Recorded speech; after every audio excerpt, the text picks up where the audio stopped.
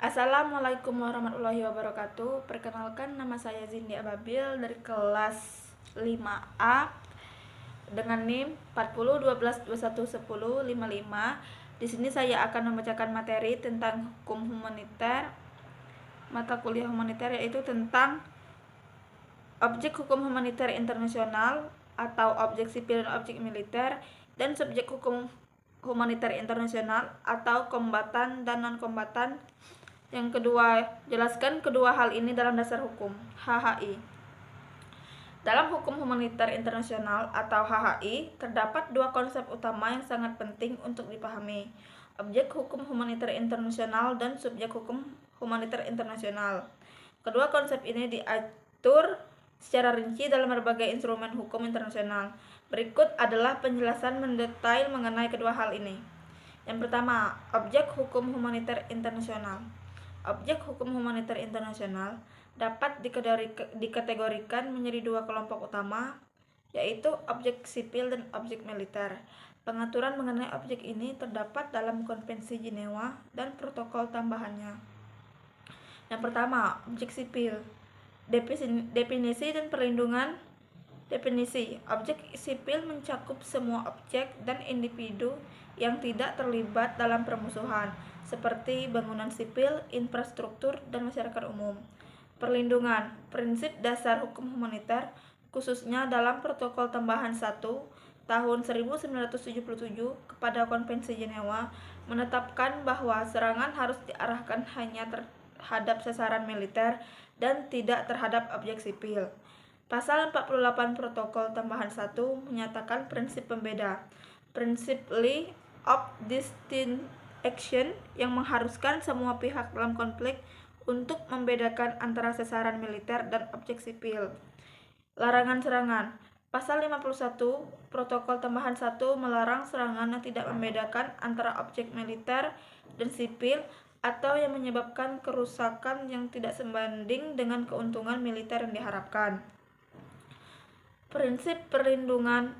Prinsip proporsionalitas ditegaskan dalam Pasal 51 ayat 5 B Protokol Tambahan 1 yang melarang serangan jika dampaknya terhadap objek sipil tidak proporsional dengan keuntungan militer yang akan diperoleh. Prinsip kewajiban menghindari kerusakan. Pasal 57 Protokol Tambahan 1 mengatur kewajiban pihak yang berkonflik untuk mengambil semua langkah yang layak untuk menghindari kerusakan pada objek sipil dan meminimalkan kerusakan yang tidak perlu. Yang kedua, objek militer. Definisi objek militer adalah segala sesuatu yang berfungsi untuk tujuan militer, seperti fasilitas militer, peralatan perang, dan personel militer. Objek ini bisa berupa gedung-gedung militer, instalasi komunikasi, dan kendaraan tempur. Legalitas serangan. Hukum humaniter internasional mengizinkan serangan terhadap objek militer, namun dengan syarat bahwa serangan tersebut sesuai dengan prinsip-prinsip kemanusiaan. Prinsip-prinsip ini meliputi prinsip pembeda, proporsionalitas, dan kewajiban untuk mengambil tindakan pencegahan. Pembatasan dan kewajiban. Prinsip pembeda. Pada Pasal 48 Protokol Tambahan 1 menekankan pentingnya membedakan antara objek sipil dan militer. Yang kedua, prinsip proporsionalitas. Pasal 51 ayat 5B Protokol Tambahan 1 menetapkan bahwa kerusakan pada objek sipil harus dipertimbangkan secara proporsional dengan keuntungan militer yang diharapkan. Prinsip kewajiban mengambil tindakan pencegahan. Pasal 57 Protokol Tambahan 1 mengharuskan pihak-pihak dan konflik untuk mengambil langkah-langkah pencegahan guna meminimalkan dampak serangan terhadap objek sipil. Yang kedua, subjek hukum humaniter internasional. Subjek hukum humaniter internasional dapat dikategorikan menjadi dua kelompok utama, yaitu kombatan dan non-kombatan. Kombatan, definisi dan hak. Definisi kombatan adalah individu yang secara sah terlibat dalam permusuhan dan berpartisipasi dalam operasi militer.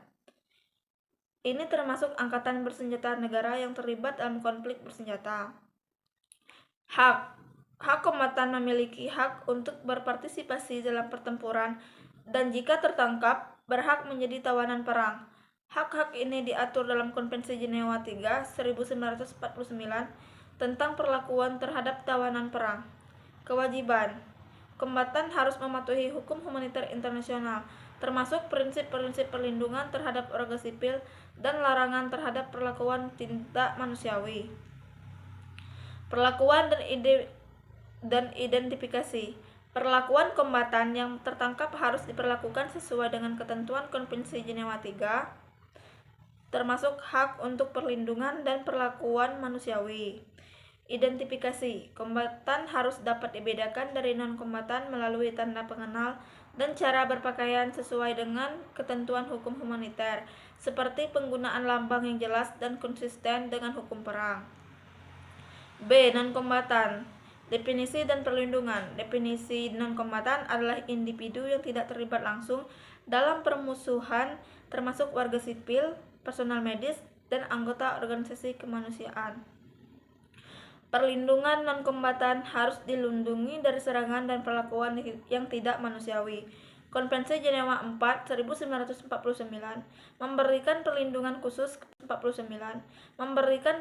khusus kepada warga sipil selama konflik bersenjata, sementara protokol tambahan 1 juga menetapkan perlindungan bagi personel medis dan anggota organisasi kemanusiaan. Yang kedua, kewajiban dan hak. Hak non-kombatan memiliki hak untuk tidak menjadi sasaran serangan dan hak untuk perlakuan manusiawi selama konflik bersenjata. Mereka juga memiliki hak untuk menerima perlindungan khusus, seperti perlakuan sesuai dengan ketentuan hukum humaniter internasional. Kewajiban. Meskipun non-kombatan tidak terlibat dalam permusuhan, mereka harus mematuhi hukum humaniter internasional yang berlaku untuk perlindungan mereka. Jadi dapat disimpulkan, objek dan subjek hukum humaniter internasional memainkan peran penting dalam memastikan bahwa konflik bersenjata dilakukan dengan menghormati hak-hak manusia dan meminimalkan penderitaan. Hukum humaniter internasional menetapkan aturan yang jelas mengenai perlindungan objek sipil dan hak serta kewajiban kombatan dan non-kombatan dengan tujuan menjaga kemanusiaan dan memastikan perlakuan yang adil selama konflik bersenjata.